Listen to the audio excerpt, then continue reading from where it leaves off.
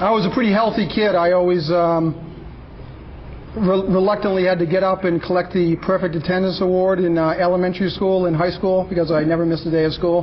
But one thing I did have was pretty bad allergies. I used to have to get allergy shots like once a month because I would sneeze so much, especially in the spring. And but overall, it's pretty healthy. And I played a lot of different sports growing up, hockey and baseball. And I was always smaller than other kids, but I was always pretty strong for my size. I always won the Presidential Fitness Award. I started lifting after graduating from high school. I was 18 years old, and I started with my plastic Kmart K-Tron weight set. At the time, I weighed 130 pounds, and I was bench pressing 150. 6 months later, without knowing anything about diet, without any supplements or any drugs of any kind, I weighed 145 and was bench pressing 340. And I started getting interested in competing in bodybuilding, so I decided to enter some natural shows. Of course, there was no natural shows around, so I had to enter regular, untested competitions. And the second contest that I entered had 4 competitors that later won the Mr. Universe contest.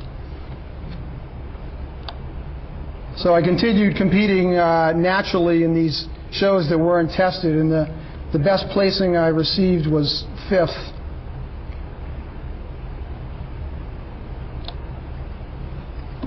I was working out at a gym where pretty much everyone in the gym was juiced to the gills except for me. I was like the only natural guy, and at the time I weighed about 170, and I was bench pressing 370, and the kid I was working out with was pretty heavily juiced, and he was like 205, 370. And it got to a point, since I knew nothing about nutrition, I was constantly overtraining, because when I first started lifting, I was training 3 times a week. And I was making pretty good gains, but then I started thinking to myself, repetition's the key to life. If I'm making good gains training 3 days a week, why don't I start training 7 days a week, 4 hours a day? And of course my body couldn't recover. I was constantly overtraining. So I got tired of limping around, and people asked me, how's it going, old timer, and comments like that. So I started contemplating using steroids. So I started doing some research. And one of the books I read was the Underground Steroid Handbook. One of the authors was Dan Duchesne, who actually died at the age of 48 in the year 2000. And this was back in the 80s. This was like 1983. And basically, I think anyone that, in my opinion, anyone that reads that book, if they're on the fence about trying steroids, they'll most likely try them, because he promotes and glorifies the use of steroids in the book. I also ran it by my allergist. I asked him what would happen if I ever tried steroids, and he told me I shouldn't do it, because he said if I ever had a severe allergic reaction and needed steroids and I was already taking them, my body wouldn't react to them. I think he was actually confusing anabolic steroids for catabolic steroids. Anabolic steroids are testosterone based, and catabolic are like steroids like prednisone. But I didn't know at the time, and so my head was even spinning more, and I was really on the fence about what to do. So finally I decided to go see this doctor in Cambridge, and pretty much everyone in the gym was going to see this guy for scripts. And I walked in with a short sleeve shirt on with a friend of mine, and without saying anything, as soon as I walked in the door, he hit me with a shot of B12, shot CC in me, pulled the syringe out of me and stuck it in my friend, the same syringe. I was glad he shot me first. But so he asked me what I was looking for, and I said I want to get some scripts for Winstrol and Anavar. They were 2 of the least toxic steroids at the time. And he's like, "That's it? Look through my book, and let me know what else you want." And I said, "Well, that's really all I want." No, you want this, you want Anadrol, you want all this other stuff. I never planned on taking the stuff, but I walked out with a stack of scripts. So I remember I was really nervous about my first cycle of Anavar, so I started with a dosage so low that most gerbils wouldn't get a kick off. It was like 1 Anavar a day, and but it was partially psychological because a few weeks into my cycle, I was stuck at bench and pressing 370 for basically years, and 4 weeks into my cycle, after taking 1 Anavar a day, I was going for a max with my lifting partner. I said, I want to try 375. He's like, you're never going to do 375. You barely got 370. It like crushed you last week. So I put it on, boom, went right up. Then I go, give me 380, boom, 385, 390. No matter what I put on the bar, it went right up. So he's like, you're on juice. I said, no, I'm on shift amino acids. And I didn't want to tell anyone I was on juice. So shift amino acids was the stuff that mixed like sand. It was atrocious. You used to have to pace the table to get the nerve up to drink it. And pretty soon the whole gym was driving to pick up cases of shift amino acids. One friend claims he still has a couple cases in his garage to this day. So I, after doing a couple cycles of Anavar, I competed in a show for the first time on steroids. This picture here is when I was still natural, and this is after doing a couple cycles of Anavar. So my skin got real thin, and I got really strong, and I think at the time I got up to about 395 on the bench, and I was weighing about maybe like 185 or 190. And I entered a few more contests that I won. At this contest, we had an all-star judging panel of like Robbie Robinson, Danny Padilla, and after pre-judging, they told me I looked good, so I was really psyched about that. But I remember, like, after winning the trophy, even though I knew everyone else in the contest was on stuff, it didn't feel anywhere near what I thought it was going to feel like. I thought it was. I had this built up in my head so high that it was going to be this incredible feeling of finally winning a contest. When I did, it almost felt like empty. It didn't feel as good as I thought it was going to feel. So I went in a few other shows, and I did well in those. And I used to get really defined.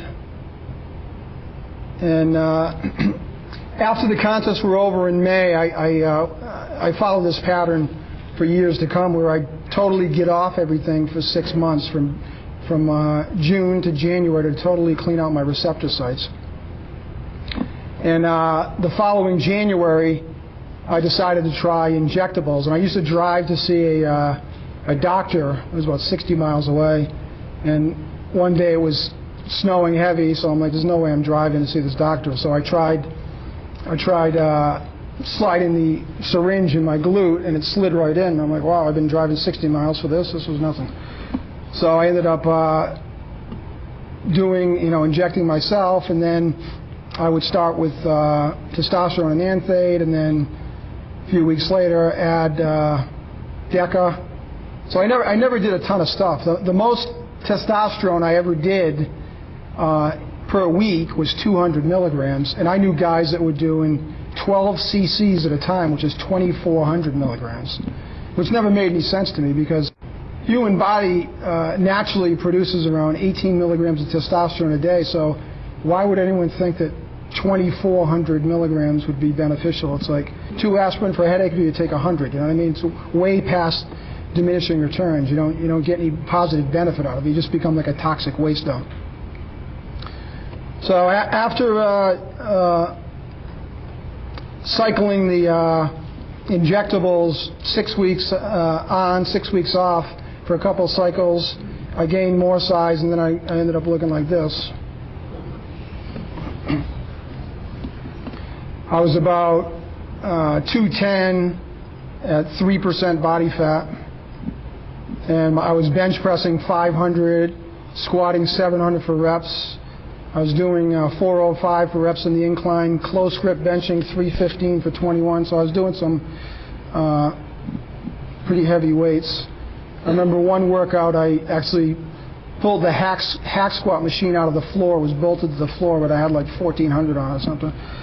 And so I love what I actually got into even more than than competing in bodybuilding was I used to like to shock people with how much weight I could do, especially powerlifters who used to claim that bodybuilders were all show no go and they were all weak and all this stuff. So I used to like blowing their minds with how much weight I was doing. So I continued the same pattern of cycling 6 weeks on, 6 weeks off. I usually only did testosterone and one anabolic, and I started entering contests, and I started winning virtually every contest I'd enter. Shot here. I look a little psychotic there. And I was always proud of this fact. I was the first guy around that had striated glutes.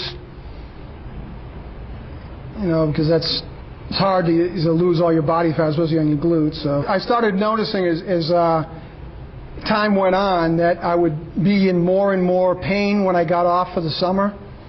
You know, I started feeling stiffer and stiffer because steroids had a pain masking effect to them, where you didn't really feel as much pain when you're on, but as soon as you get off, you start feeling all the little aches and pains and all the damages you're doing while you're on. So, and I remember it was pretty strange. My mother came up to me. You know, like I said, she was a registered nurse, and she didn't know I was on steroids. And I remember her saying to me, you know, don't ever try steroids because look what happened to Derek Sanderson. He had to have both hips replaced. I remember thinking to myself, hips replaced? Like I'd ever have to have metal hips installed, you know what I mean? There's no way. Because at the time you feel invincible and you're pushing tons of weight. But it's amazing how that ended up coming true. And I remember I used to look at all the other guys doing tons of stuff, and like I said, I was only doing one or two things.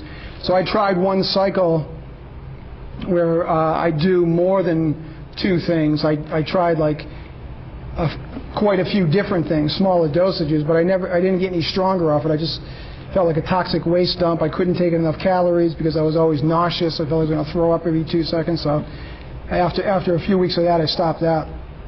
But then I heard about this stuff called human growth hormone. It's not the stuff that's out today, the synthetic stuff. This is actually stuff from human pituitary glands. Supposedly it took hundreds of cadavers to make up one batch of human growth hormone. So I remember trying this for 4 or 5 weeks, and I didn't get anything off it. I didn't get leaner. I didn't gain any strength. Didn't gain any more size until one morning something finally happened. And what happened was I had severe arrhythmia. I woke up and my heart was going like this, and then it was barely beating, and then it was going like this. And I remember my friend came over to pick me up to train. I was like, Mike, listen to my heart with the stethoscope. So he listens to it. He's like, what? It's beating, let's go train. I go, yeah, it's beating. I don't think it's supposed to be doing a Neil Peart drum solo. So it's not right. So I went to the emergency room. I told the doctor what I was on. And he told me, he said, I hope you don't think you're going to get out of this scot-free. There's probably going to be repercussions down the road. And no truer words have ever been spoken. Because as time went on, I got stiffer and stiffer. And then after that episode, I really decided to pull the ripcord on the whole bodybuilding thing and taper off everything. But I noticed that I basically couldn't move if I didn't have at least 1 or 2 Advil a day, which is an anti-inflammatory. And I thought I just had osteoarthritis. But I couldn't bear the fact that I had to stay on anything at all to feel decent. So I tried going without it. I started losing more weight. And then, basically a year later, I was down to 190 pounds. That's me here, at about 190. So instead of weighing 220, I was down to 190. And I tried going without the Advil. My sed rate level was through the roof. So I started trying every known remedy known to man to take care of my inflammation, which nothing worked. Finally, a few years later, I went from 190 all the way down to 140.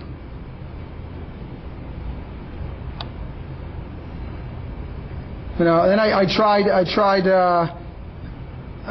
taking care of the inflammation because, like I said, I thought it was osteoarthritis. So I tried shark cartilage, which is supposed to help your joints, but all that did was gave me kidney stones. I was peeing out stones the size of peas. They looked like gold nuggets, but they weren't worth 500 an ounce. I was peeing out tons of those.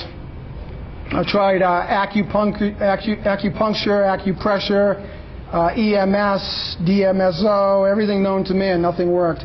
Then finally I just decided to try something totally radical. I tried bee venom therapy, where I got stung down my spine by 20 bees a day for 6 months straight. Because supposedly bee venom is 1,000 times more potent of an anti-inflammatory than cortisone without the side effects. And here's a highlight of what that looks like. I had my girlfriend at the time I had a jar of bees, and I had her catch the bees with the tweezers and sting me in trigger points on my spine. I wonder why she bolted.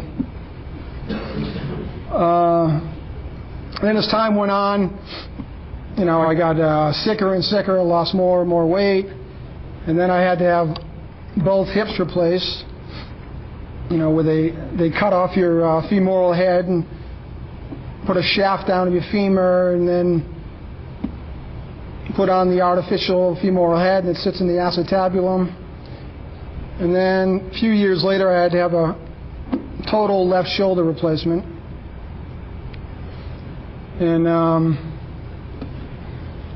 the ironic part is that for years I've helped numerous people with their ailments and their diets and stuff, but for some reason nothing would work on me. So I was no longer pumping iron, I was pumping irony. And finally, after I figured out how to work around my injuries after all my joint replacements, I started working out with a band flex, which I still do to this day. And I know quite a bit more about nutrition than I knew back then. And this is pretty much what I look like now. And I work out 3 times a week, or 20 minutes at a time, on my band flex machine. Back when I was competing and lifting and experimenting with steroids, the reason I decided to try them is I used to say, steroids are so bad, where's the bodies? It can't be that bad. Because back then, you didn't hear of many guys getting screwed up or dying from steroids. It turns out it takes years for the problems to manifest themselves. Sonny Schmidt died at 46. Scott Klein died at 30. Ron Tufel died at 45. Dan Duchesne died at 48. Mohammed Benaziza died at 28. Andreas Munzer, 30. Mike Menschner, who was supposed to be one of the gurus of hardcore training, died at 49. His brother died at 47. Don Ross died at 55. Some other guys that have died, Dr. John Tristany, Don Peters, Ray Raridan, Dennis Newman developed leukemia. Don Long has had kidney failure. Tom Prince has had kidney failure. Flex Wheeler had to have a kidney transplant. Ed Corney had a stroke. Boyer Coe, heart problems. Danny Padilla, heart problems. Pete Grimkarski, heart. Mike Matarazzo had to have a triple bypass at 39. Now here's what really struck me when I did research. The average U.S. citizen lives to be 77.2 years old. The average U.S. citizen is a couch potato. They eat garbage, they don't work out enough, they don't do any cardio. The average bodybuilder, does cardio all the time, eats perfectly, trains with weights. Why would the average bodybuilder be dying 20, 30, or even 40 years earlier than the average? The only difference is the steroids. Because you look at guys like,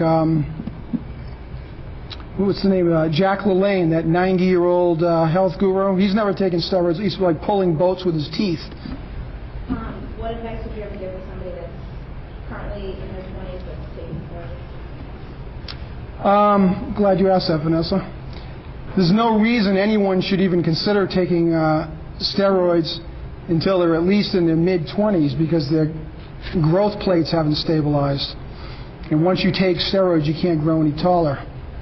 And not only that, your body's producing loads of testosterone and growth hormone naturally. And every time you do a cycle of steroids, you have to do more the next time to get any gains out of it because your body gets used to it.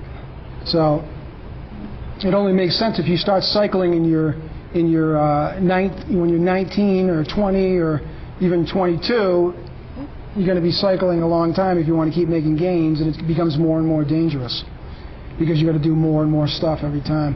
And believe me, if I knew what I know now about nutrition back then, I never would have taken anything. And back then, there wasn't the supplements that are available today. The supplements that are available today are incredible. You know, the multivitamins and the glutamine. Basically, muscle's made of glutamine. So if you take even small amounts of glutamine, it helps you recover. Same thing with small amounts of creatine and L-arginine. There's loads and loads of great supplements. It's totally unnecessary. What you said earlier about how in the first 6 months you gained like 15 pounds, but you benching up like 200 plus pounds, and then was it just because of you just hit a peak or plateau, and then you just decided to try, or was it just pure curiosity?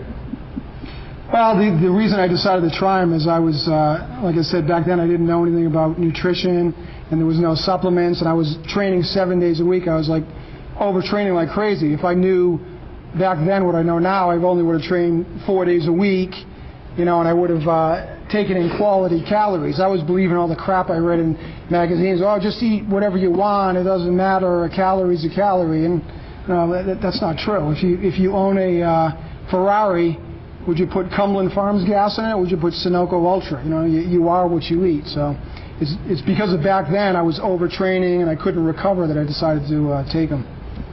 You know, and it's a shame because if I never took them and if I wasn't overtraining, I probably would have got to close to the same place. It just would have took me longer, but I wouldn't have had all the health problems that I have now. You know, this is. It seems like no matter what prescription drug that's out there, you name it, there's always some kind of side effects to them. You know, but with natural, when you try to do things naturally, it takes longer, but you don't have the repercussions down the road. Any other questions? Do you still experience like the joint pain stuff in the back? Oh yeah. I mean, look at this is the range of motion of my neck. I can't move my neck, you know, so it's a lot of fun pulling into intersections when you can't turn. You got to turn the mirror and stuff, and it's a nightmare. You know, it's nowhere near worth it. I mean, initially when I was coming out with the DVD, I was going to entitle it "Jacked for 3 years, Ruined for Life," because that's what it turns out to be. You know, to be jacked for a few years and end up destroying your body. And this is something else you really have to try to remember. Things that mean the world to you now when you're young may not mean anything to you when you're in your 40s. You know, you always think, oh, I want to be jacked in the prime of my life, and that's, you know, when you get older, who cares? You know, life is just beginning in your 40s, and I wish I was healthy because I enjoy it, the wisdom that you have in your 40s more than I did when I was in my 20s. You know, I was like clueless when I was in my 20s, so it's a shame. How old were you when you had your first hip replacement? I was 30 when I had my first hip replacement. Then I had to have a revision a few years later. So I've had 2 total hip replacements, total left shoulder replacement, and I have a disease called ankylosing spondylitis, which can be brought on by trauma. And virtually every single kid I used to work out with is screwed up now. And the weird thing is no one that's messed up has a family history of the illness. I have no family history of ankylosing spondylitis, the arthritic condition. I have a friend who in California who has multiple sclerosis, another one who has muscular dystrophy. I have another friend, it's not even, I think it's 1% of society ends up developing ankylosing spondylitis. I have it, and a friend of mine that I used to train with that now lives in Arizona has it too. So what are the chances of that? So That's what I noticed. That's why I decided to come out with this with DVD. You know, I just started noticing a pattern that more and more people that I used to work out with screwed up. It's like I literally know almost no one that's not a mess now because of this. And what really put me over the top was when it came to coming out with this DVD. I used to get emails from 15-year-old kids that was asking me what they thought, what I thought they should do for their first cycle. I'm like, what? 15 years old? You got to be kidding me. And they're like, oh yeah, I want to like follow in they idolize some of these pro bodybuilders. They wanted to follow in their footsteps and win the teenage nationals and then earn their pro card and all this stuff. And I'm like, if you try stuff when you're, what is going on? Put the mic. If you try stuff when you're 15, you're going to stay 5 feet tall forever. So it's not worth it. And I mean, if you're gonna, I'm not saying, I don't want to come off like a preacher and say steroids are bad for everybody, but there's no reason to take them in your 20s. I mean, if someone has low natural testosterone in their 40s or 50s and they need them, that's one thing. It's just like when a woman isn't producing enough estrogen, they need to supplement with estrogen. That's a different thing. But just to take them to be big in the gym or to walk around big, it's not worth the repercussions you may see down the road. What is ankle spondylitis? Ankylosing spondylitis. It's a form of arthritis where your vertebrae fuse together in your spine all the way to your neck. It's called like bamboo spine, where instead of your spine being flexible, it becomes rigid in like one piece. That's why I have trouble moving my neck. And it seems your immune system sends white blood cells and it attacks it thinks there's a problem with your hips and back and shoulders, so it seems to attack those areas the most. Any other questions? How long does it take for the steroids leave your body? They're pretty much, it depends on what type. Like different steroids, like water-based testosterone is out of your system more quickly than oil-based. Like Deca, there can be traces of decadurabone in your system for like up to a year. But the effects, as far as giving you strength and stuff like that, after a few months, it's pretty much gone. What doesn't make sense is when kids take it and they think they're going to become a pro because they take steroids. You don't get talent from a syringe. Either you have talent for the sport, and basically steroids don't give you as much as most people think they do. It's basically polish. You probably gain 15-20% of what more than you would have been able to naturally. So, and I've actually seen a lot of guys that take steroids and gain nothing. Back when I was taking steroids, you used to be able to get a script for them and get them right from the pharmacy, so you knew they were real. I'm glad you actually brought that up, because I actually tested steroids, ones that are around now. You wouldn't believe it. Like 9 out of 10 bottles are fake. And especially when you buy stuff on the internet, you don't know what you get. A lot of the time, it's just sesame oil. And it's contaminated, loaded with bacteria. And what are you going to do? You're buying them. If you're buying them illegally online, you can't turn the site in because you're purchasing them illegally. And so there's no recourse. So these sites that sell them have it made. Yes, and there was actually a guy that's considered like the steroid guru. And he got caught recently selling growth hormone. And get this, they tested it and it was all fake. Thiazine by Serrano. So, it turns out it was just HCG. So you don't know what you're getting, and like I said, 9 out of 10 times it's fake. And other times guys are getting it, purchasing steroids from other countries that hate us. So I don't know about you, I'd be afraid they were lacing it with something, Could be Al Qaeda packing the stuff for all you know. Any other questions?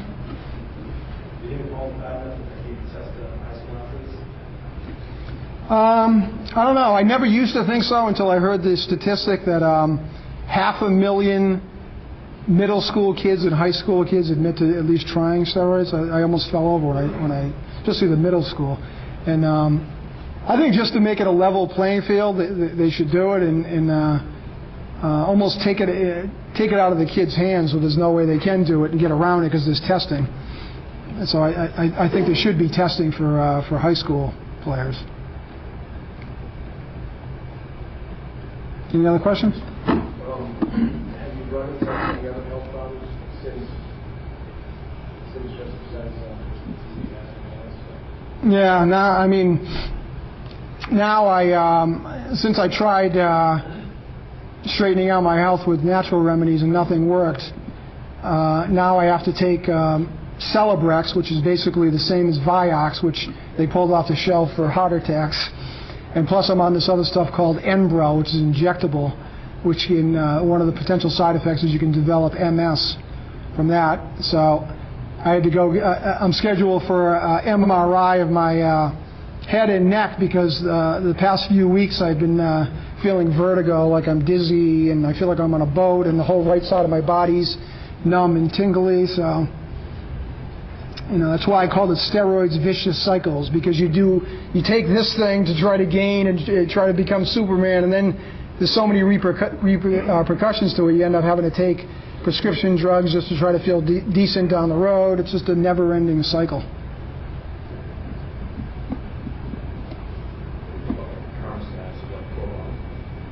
Pro bodybuilding?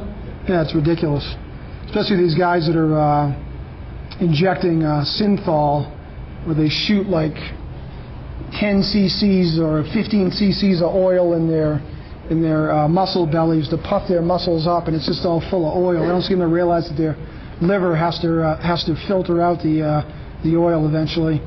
And a lot of these guys are now combining insulin with growth hormone. That makes it really anabolic, but it makes their internal organs grow. Now that's why they got the huge distended guts now. Back when Arnold was competing, he weighed like 230 at 6'1". He looked incredible. Had the small waist. Now these guys are like 5'11", 290, but they got the distended guts. It looks like they swallowed a sea turtle. It's not aesthetically pleasing and all. It's crazy. And I guarantee you watch how many people start dying in 10 or 15 years. There's no way they're going to live through what they're doing. There's no way. Like I said, it never felt as good as I thought it was going to feel. I thought it was going to feel incredible, winning, and afterwards I'm like, who cares? It's like no one even really acknowledges it, and no one ever says anything until you're off and you're puny. Oh man, I didn't want to say anything, man, but when you were 230, you were incredible. They're telling you this when you're $140. Once it's all over. When you were doing your cycles over and over, 6 weeks on, 6 weeks on, 6 weeks off, during the off period, you take it off and help your body recuperate? Yeah, I always took HCG to kick my natural test back in, and I'm glad I did so because my body can still produce its own testosterone. I had friends that used to stay on cycles for years and never come off, and they wouldn't use HCG, and now their testicles are long gone. They can't produce their own testosterone. They have to get testosterone shots or rub testosterone cream on now for life. So I'm glad I did the short cycles. But that's what really blows my mind, that I've had these problems and I just did these short cycles. These guys that were doing the ridiculous amounts are even more screwed up than me. They have all these autoimmune diseases, but on top of it, they can't produce their own testosterone. If you could, distill what's a good solid workout program, the best way to do it is if you're training, your whole body, upper and lower body. The best way to do it is push, legs, pull. So you do chest, shoulders, and triceps. That's all pushing movements. On Monday, you take Tuesday off. Wednesday, you do legs. But I used to always train my hamstrings first, because I used to notice that if I trained my quads first, I used to bomb them so heavy I couldn't stand up. So it used to really impede my hamstring workout, but it seemed like it actually pre-stretched me if I did hamstrings first. So you do hamstrings, then quads, and then on Friday do all your pulling movements, which is back and biceps. And I still believe in doing training your abs every day, because abs are all red muscle fiber. You really can't overtrain them. It seems like the harder you train them, the better they get. So that's the best way to do it, is push, legs, pull. And you don't need a ton of sets, but what's really important is intensity. Do you work out with a lifting partner? Yeah. So it's good to give each other forced reps, you know what I mean? You guys know what forced reps are, right? Yeah. So, you're shooting for a set of 10, and you use a weight where you can barely get 6 or 7 on your own, and then you have your training partner help you with 3 reps. And that's when that's what I really noticed. I started packing on the gains. You see so many guys, that used to kill me too. They take the risk of taking steroids, and then they're like goofing around in the gym and taking 10 minutes between sets, and I mean, what is the point? See, that's the beauty of doing things naturally. You just keep gaining. With juice, you do 6 weeks on, 6 weeks off, you lose a little bit. You gain, you lose, you gain. So never-ending cycle. Any other questions? All right, well, thanks for coming, everybody.